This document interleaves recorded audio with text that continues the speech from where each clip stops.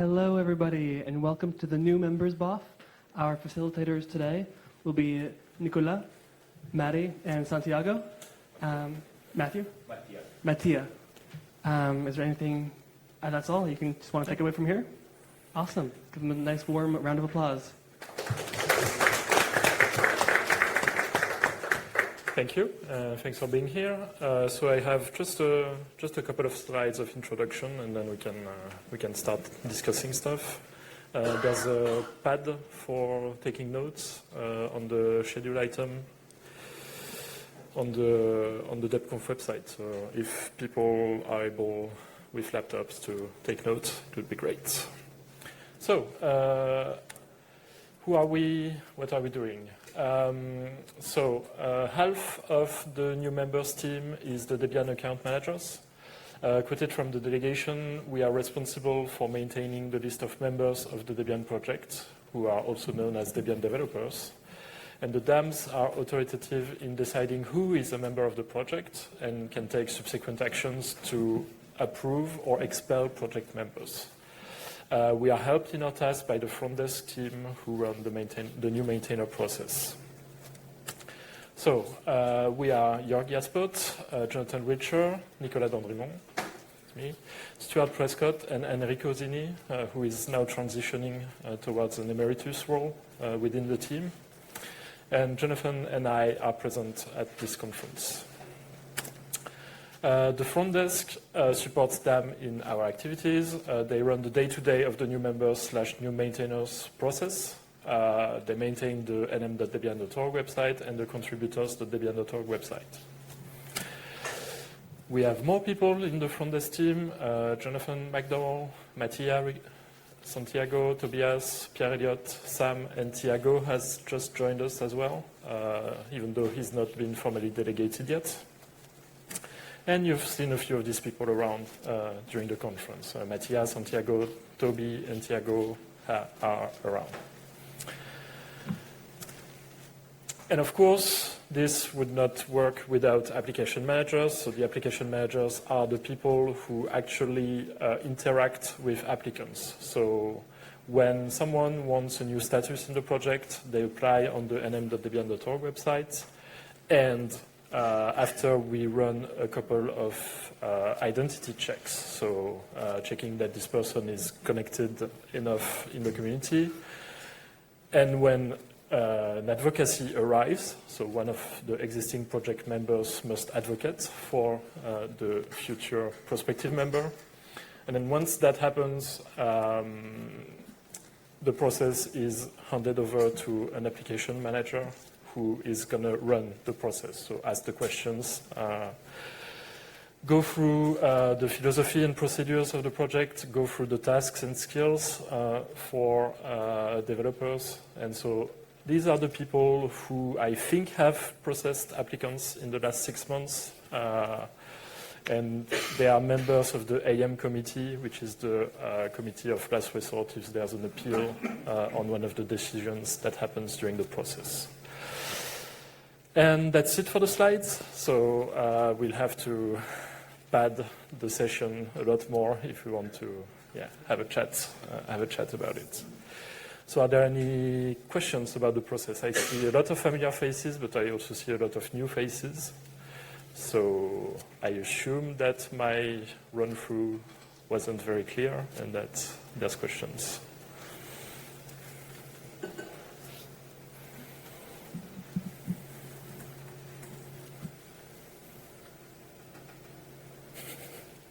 Okay, I can open with a question then. There's a lot of Debian developers in the room. I see some new Debian developers in the room, very new Debian developers. What was your experience of the process? Did you like it? Was it too short, too long? How was it? Too easy?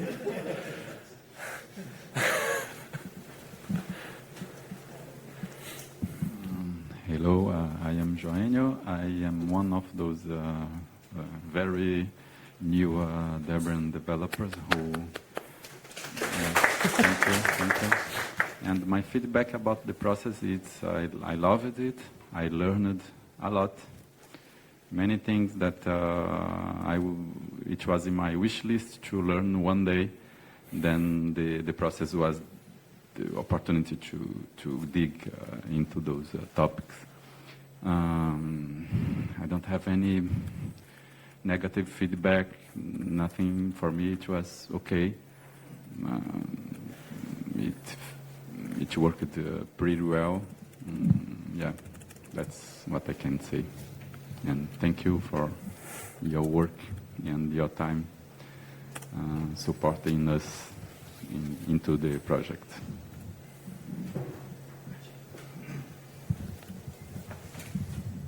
Were you a DM before you upgraded to DD, or did you go straight into the full process? Sorry? Were you a DM before you became a DD, and for how long? Yes, I started contributing in 2013, I think, but in a super erratic pattern, contributing for 1 month, then not doing anything for years. Well, my process as a DM, I entered through the Pearl team. Then it was through a Pearl team group that has a specific process. My contributions was made the team that has a specific process where I didn't have to go dig into the Debian, let's say, workflow, the full workflow, which was a workflow completely provided by the Pearl team. I was doing like a few contributions since 2013 until now. Well, I don't know if I can say more than that. Well, thank you for becoming a project member now after so many years. Yeah, thank you.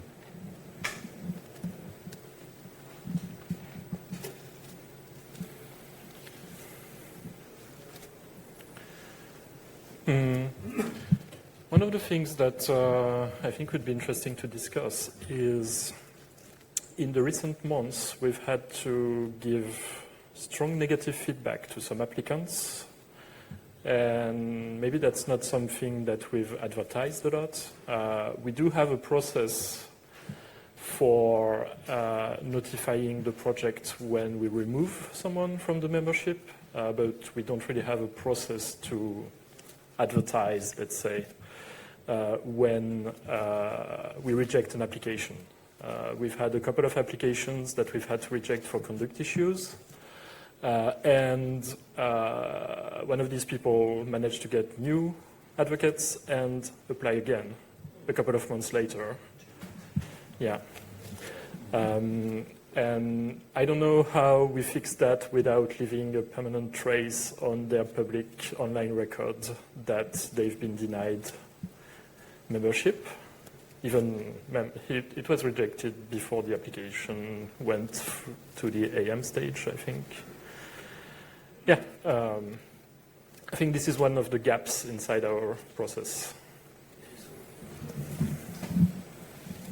So the application itself will show up as closed, but not necessarily for what reason.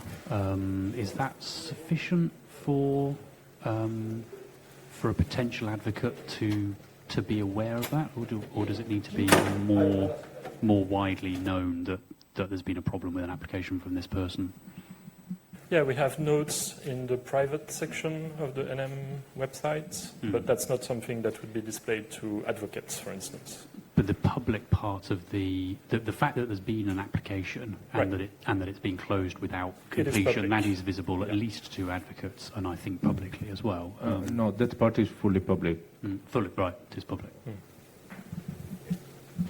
It seems to me that keeping the fact that someone didn't get through, not shouting from the rooftops that this person has been denied seems reasonable the first time, and then when they come back 2 months later, then it's totally reasonable to say, you don't look like you're going to become a Debian developer. Yeah, but probably people advocate for someone else that doesn't check the history. So this is something that could be maybe fixed in the end time. Also, I don't remember if it was this one case, but I remember also a case where the applicants was really convinced, the advocates were really convinced that purple should be DDs. Yeah. Oh, okay. And so, like, advocates are completely against the front desk and AEM's advice in this case. So. When we rejected the first application, we sent a private message to the advocates saying that we were rejecting the application. We did not specify the details of why we were doing that. We left it up to the applicant to do that if they wanted to. I don't think we've notified the advocates for the reapplication yet. At least I didn't do it. Yeah. But then again, it's only like hearsay. It's not, I don't know, maybe a notification to the private mailing list like we do for removed members might make sense. Suggestion of, sorry, I'll repeat after the camera. I quite like Stefano's suggestion of the first time round, the advocates. Yeah. The advocates are informed, but really it goes no further than that. If you push your luck with the second time, as in this case, then we notify private so that potential advocates are alert that there's a potential problem there. And that means if there is a debate to be had amongst the project between those advocates and NM that happens in private and dies in private. So it happened a few times that we rejected people and we were not sure what would be the period until they could reapply. I think it would be very healthy if we had that as a hard rule, that let's say it's minimum 6 months, and in some cases we could push it to more if we want to, so that if we had that hard rule, we wouldn't have to think for so much, and it'd be probably easier for everyone. Yeah, that makes sense, yeah. Are you suggesting to literally hardcode this rule into the process? Okay, let's say hard code that it's minimum 6 months, okay, and if we want to, we can push it for longer, let's say push it to a year or something, or in some cases, you cannot never apply again, because there are some cases like that, right? But like if we say minimum 6 months, I think it feels normal, don't you believe? Yeah, so we could like totally like flag that user, okay, it's been rejected, they can't apply for a period, and they also see when they try that you are for... Yeah, that's one of the things is a lot of this happens over email without being fully tracked. It's tracked in a mailbox somewhere, but it's not it's not encoded in the system, and so they are free to reapply anytime if they want. And the system picked that up and worked correctly to reject it. And really, it's that reapplying after being told no that is the bad behavior. Yeah, Before that, it's just absolutely. You didn't make it through an M. Yeah. I mean, sometimes you must wonder what the advocates were thinking anyway. I think we've had a good discussion on this topic, so we can move on to something else. Anyone? Paulo has... Could you pass the microphone down the back? Hi. If one DM starts to have issues with his package, and is it possible ask to remove the status of DM? Or how is the procedure for that?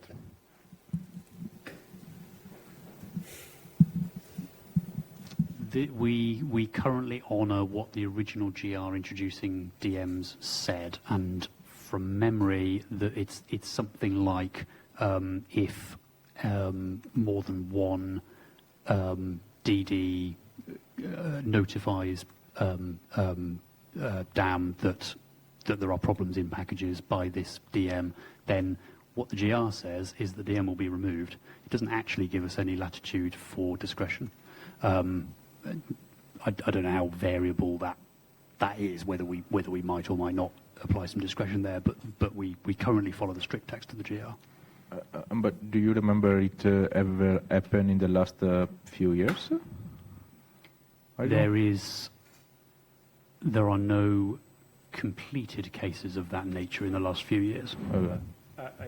So I think there is a case where it should happen, but it hasn't yet. Yes, it's right in the middle of being processed. Yeah, right. So we don't follow the GR to the letter at this time. I think it might even be the first time it's ever come up. But don't quote me on that. Yeah, I don't remember any case where that happened in the past. So.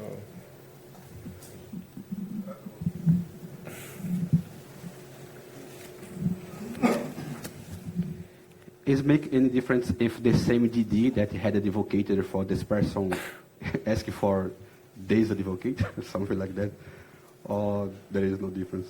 Well, I mean, in the verbiage of in the wording of the GR, there is no discretion in this, and I think that having the advocate for removal of the permissions makes it even more forceful. Like it's okay, yeah, this person needs to have his permissions revoked for now, and yeah, I mean, I think we agree that this is what we should do, and we just need to get around to it at this point.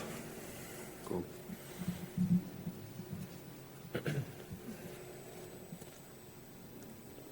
Thanks. Should we have a should we have a nicer definition of DMs, since it is like a GR giving us more flexibility? I've never thought about that, so I don't know. Do you have specific? Oh, no, just thinking, like if now this issue came up and as Jonathan says, we have no, like the GR is very clear what we should be doing, but we might want to do something else, so I don't know. We have, so the other part, Stefan has just found the GR, and it reminds me that there is another part of that process which we have formally varied. The GR does give us the latitude to vary it. Because we haven't had a case of this nature in the past, we haven't consciously chosen to vary that procedure. So for the moment, we're working on the basis that we follow that. I think if we were to show some discretion in that, then I would want to do what we did for the other variation, which is to formally vary it rather than just it happened by practice. I think it doesn't happen too often, and I'm not sure if we really need a policy for 6 months. For instance, this case in particular, I followed it as an application manager, and then I guess it wouldn't need 6 months if the person had at some point recognized and apologized, and that's my impression. And so I would just for now leave it case by case. That's my opinion. I don't know. What do you think?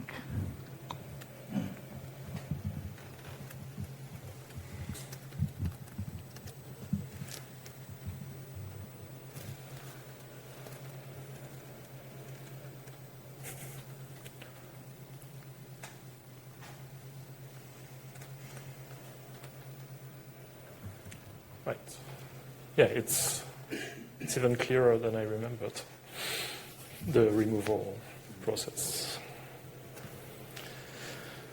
I don't think we do the annual reconfirmations anymore. That's the thing that we previously varied, and what we actually do now is we ask either release or FTP master after each release. It's the key maintainer. The key maintainers just do them by themselves. Key maintainers do it themselves now. In fact, the first year round we were involved.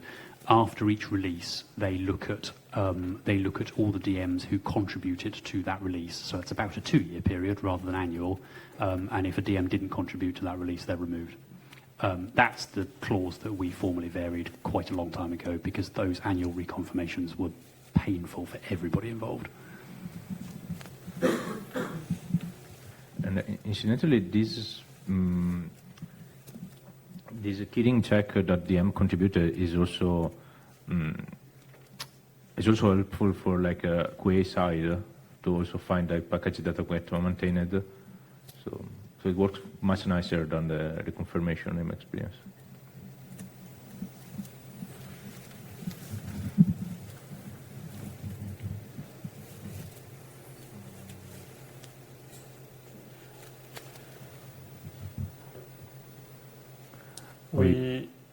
During this session, we usually do like a spot check of whether there are applications that are lingering or anything.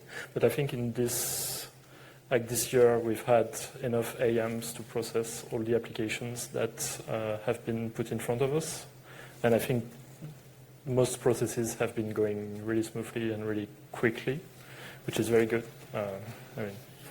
Great, well done to all the AMs. I'm just in the middle of looking at one completed process that's come to our desk that was started about 7 weeks ago. So that's pretty good going.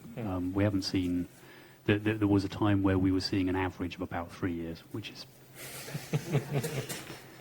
I don't miss those days. One of the things that need to happen pretty soon is delegation updates. We've had multiple roles evolving, be it in the front desk role or in the DAM role.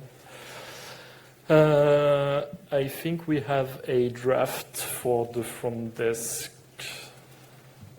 updates that we need to run with, that we need to give to Andreas so that we should start discussing this. It was on my to-do list for this DebConf and stuff happened. Anyway, we will get to it very soon. I want this to happen in the next weeks. I processed a few... Is it on? Yeah, so I processed a few applicants that were very unresponsive. When I say very, it's like 3 months between replies.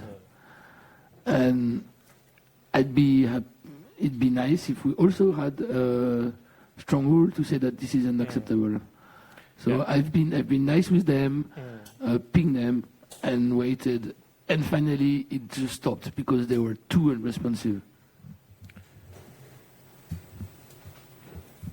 Yeah, so technically there is the rule that you should notify the other party if you are not answering in 2 weeks. But I haven't seen anybody ever do it. So not clear. Like, what can you imagine? Like, we reject a process because you don't answer for 3 months. So like, So I did. This is what happened at the end because I had no reply. But then I don't know which are the rules. And to be fair to everyone, we should have the same rules for everyone. And that's what I would like it to be discussed right now. So what do you consider reasonable? When does it start to be unreasonable? Like, to me, 2 periods of 3 months without reply, it's obvious it's not. But where do we set the limit? To your opinion, for example? So I'm not an active AM personally, but I see both cases. Like I've seen applicants that have unresponsive AMs, and I've seen AMs that have unresponsive applicants, and I've seen actually both, which is like the worst case possible. Yeah, I've recently seen applications that have lingered even though the applicant was very active in other areas of the project. Like, but once we had a sit down with the applicant and told him, you could get your priorities in order, maybe do a bit less stuff so that you can do the NM process, then the NM process went through. So yeah, there's lots of judgment involved in these situations. I'm not sure that a harder guidance, harder rule would work. However, in the specific case of an applicant being away for 3 months at a time, I don't think that's, it's sensible to stop the process and restart when the applicant can commit to finishing the process in a reasonable time frame. Every time you have to come back from a 3 months break, you have to reread the whole exchange to start up where you left off, and that doesn't work. That wastes time for everyone. So, yeah. I think if you found yourself in a similar situation, I think it's written in the first mail template that you have these 15 days, and if you believe the other party is not answering, just write NM so we can pause or intervene. We could, I'm not saying that we should, add some monitoring so that if a mailbox has been inactive for more than a month, the process gets flagged. You know that we had that monitoring in the old processes, and it's still an open bug for, I don't know, a decade now. Okay, cool. Cool. Great. No, I did not know that. I mean, it's already open. You can follow up in a decade-old bug. Yeah, let's say that it just happens to normally work out in one way or the other. But yes, like it's 3 months is clearly not reasonable. So I think a similar situation should come to us, and we intervene. We say either you answer now or we pause the process until you decide it's a good time to come back, which is. So then, if the system could give me some feedback that, let's say, nothing happened during a month, and then send me a mail for it, that'd be awesome.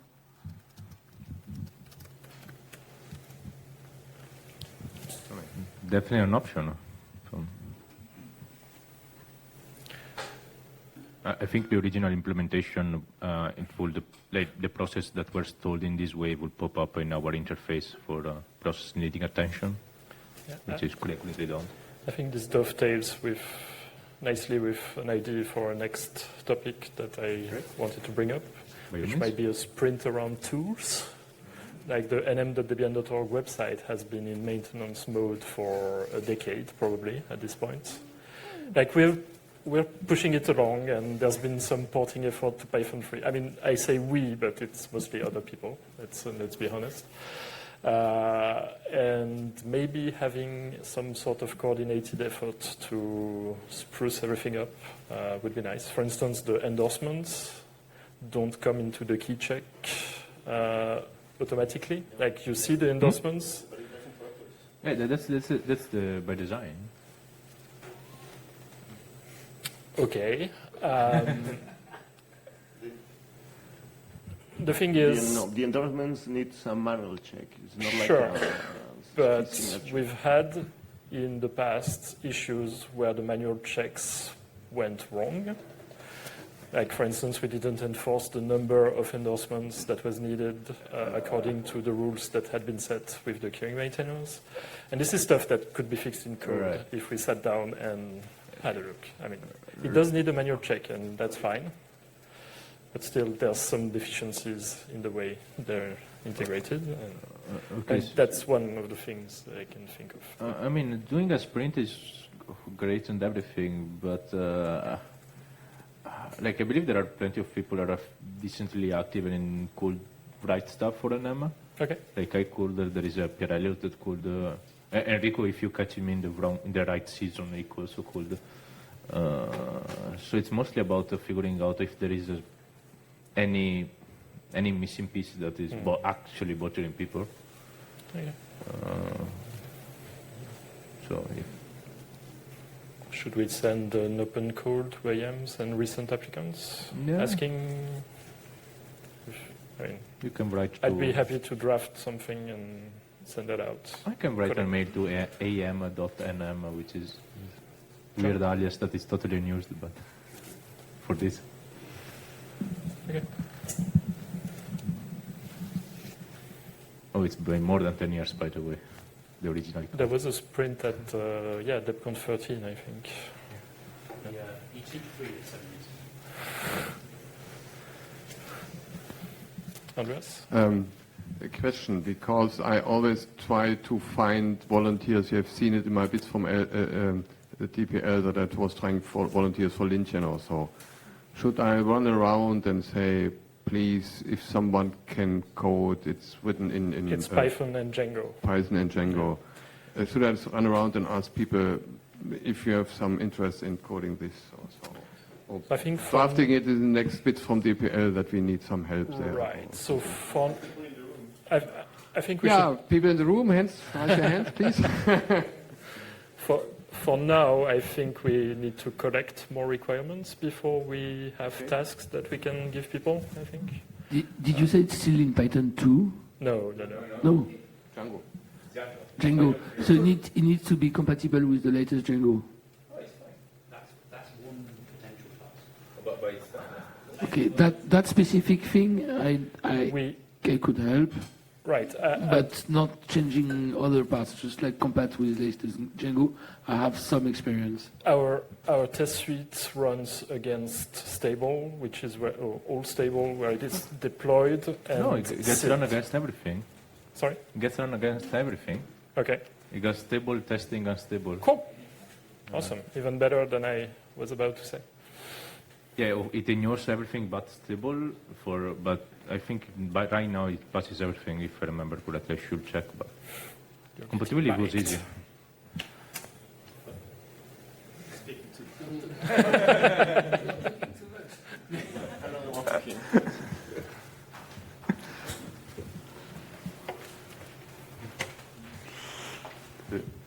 Hello. I'll get the microphone. So this is a bit about a different topic than tooling, so if that's okay. Cool. And as somebody who's not a member or probably also not near becoming one, I have a question about how people are approached or how they apply for it, also in terms of diversity of the project, maybe. Because I just read through the guidelines of advocating for somebody. There's mostly, I think, in the sense of please try to make sure not to advocate for people who are qualified, but it doesn't have anything on the positive side, like try to reach out to certain people who should be maybe involved. So it's a question because... Yeah, sure. I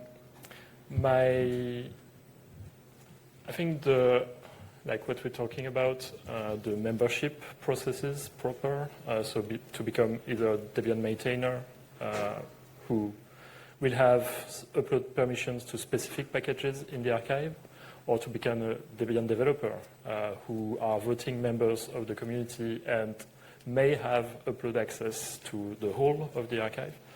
Those really come at the end of the onboarding process. Like it is a culmination of the efforts that you've already put into the project rather than a first step into the project.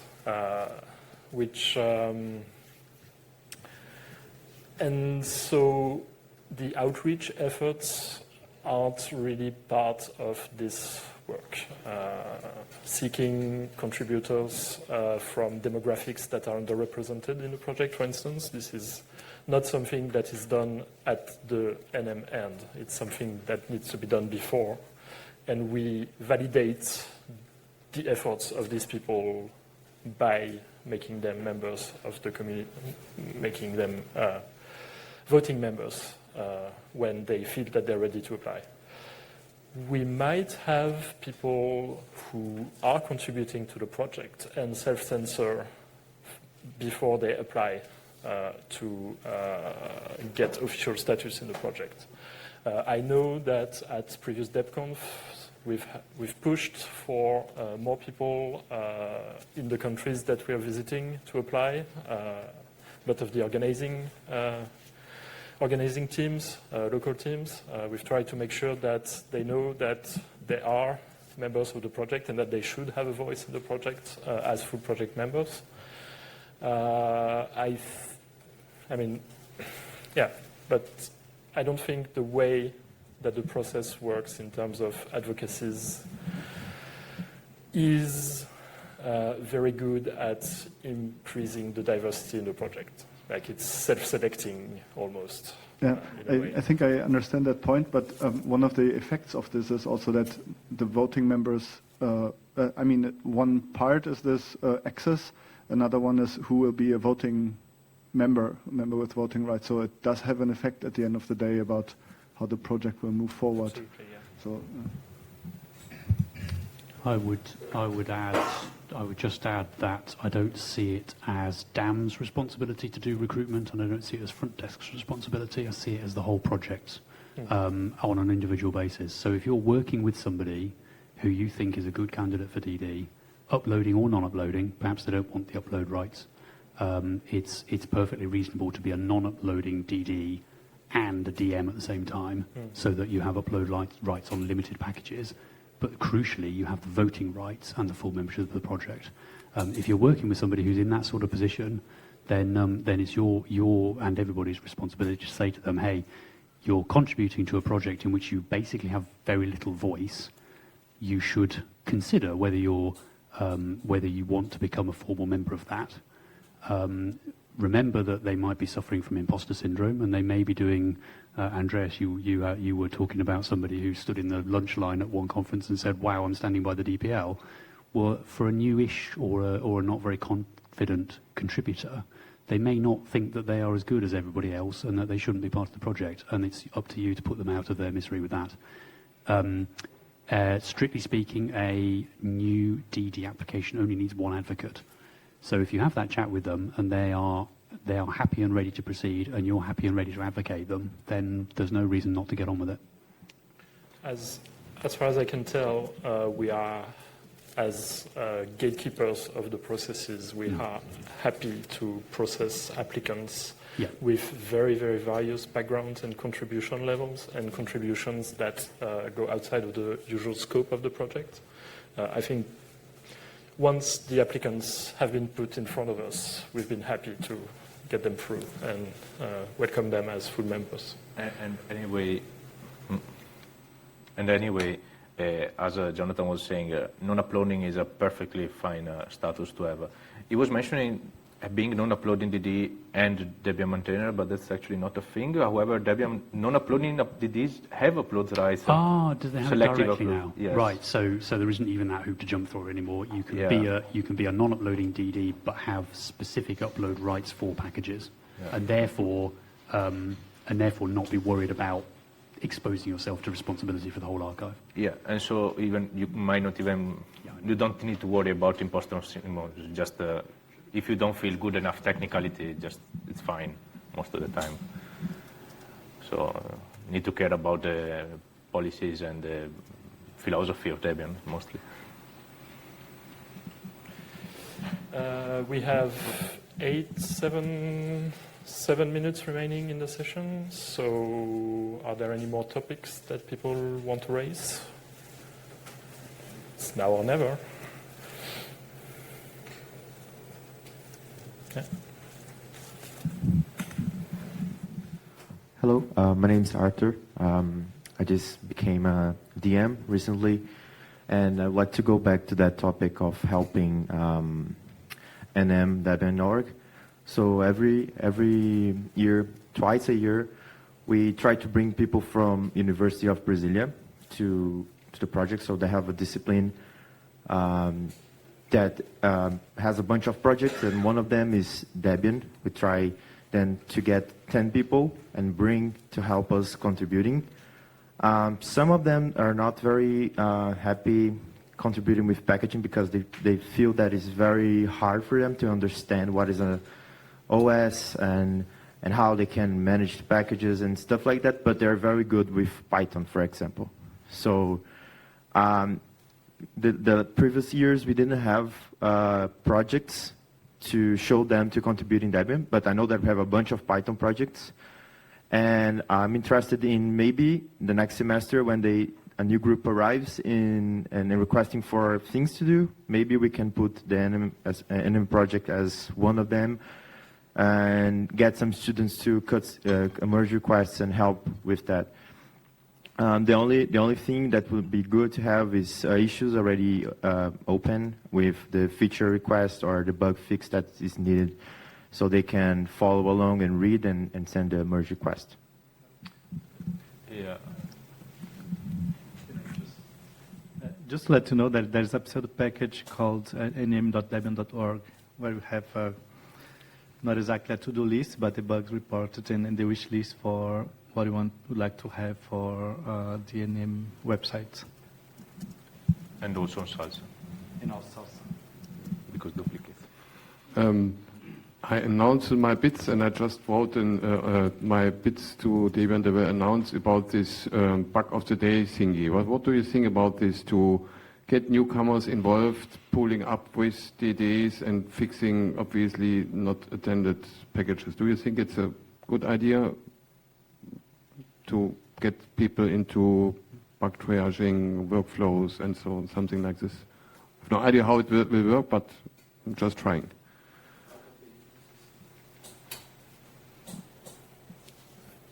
Or didn't you read and have no opinion about this?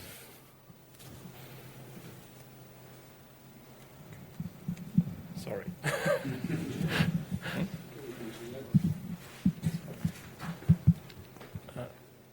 It's already the case that in the new maintainer process, we check that the applicant knows how to use the BTS, and we ask the applicant to at least close one bug. I'm not sure it'd be reasonable to ask the applicant to go in, I don't know, one Steam list of bugs and do triaging. No, I mean, I want to attract people to come to Debian and later, once they are attracted, go to the new maintainer queue. It's before. It's way before. At least it's an idea how to attract people. Yeah, it's somewhat like with the visa team, like when we apply for visa, like they ask how to prove your relationship with Debian. So if NM could provide some kind of a certificate or something that can help in the visa application, that would be something. I think this is at the intersection of what nm.debian.org provides with the Debian developer certificates, which are semi-official documents that we are trying to auto-generate at the moment, and what contributors.debian.org is providing as an overview of all the stuff that people will have touched inside the project and the timeline. So maybe some of this certificate generation code might be reused inside contributors.debian.org to get something more inclusive of all the stuff that people do in Debian. I don't know. It sounds like a good idea to me, at least. we should keep that for the next session.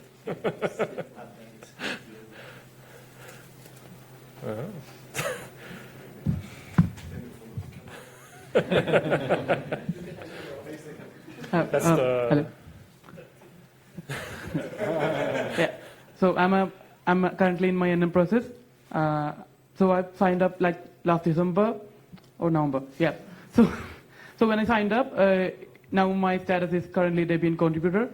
So right now I'm reaching out to my old university and some new universities as well. So I don't have a official Debian, nothing to show them there. So I write a lot of things to say that I'm a Debian contributor. So like I'm planning to host some events next month in my old university. So I wrote some stuff, Debian contributor. I did that, I did this. So as part of what Praveen said, I don't have anything to show that I'm contributing to Debian unless I'm linking some sites proving what I did. And also my NM process is going well, so I like how NM things is done. And yeah, that's why I wanted to add that Debian contributor was something I could show somewhere as I'm doing this. Yeah. There is also the Debian portfolio somewhere that some person in the past did. Well, it's all there for the Debian portfolio is a set of links that you have to click through to find stuff. Like when I was writing for Visa as well, so I'm not able to do that. So I hear there's a need for these certificates, and I'm sure they'll come up in the Visa BoF on the morning of the last day of the conference. I expect we'll be discussing these there then as well. Yeah. Yeah, I was not mentioning about visa. Like, if I'm reaching out somewhere, I did do like. There's overlap between these subjects. Well, thanks everyone for the lively session. I'm afraid we are out of time now. So, thanks for contributing. Thanks for being here. And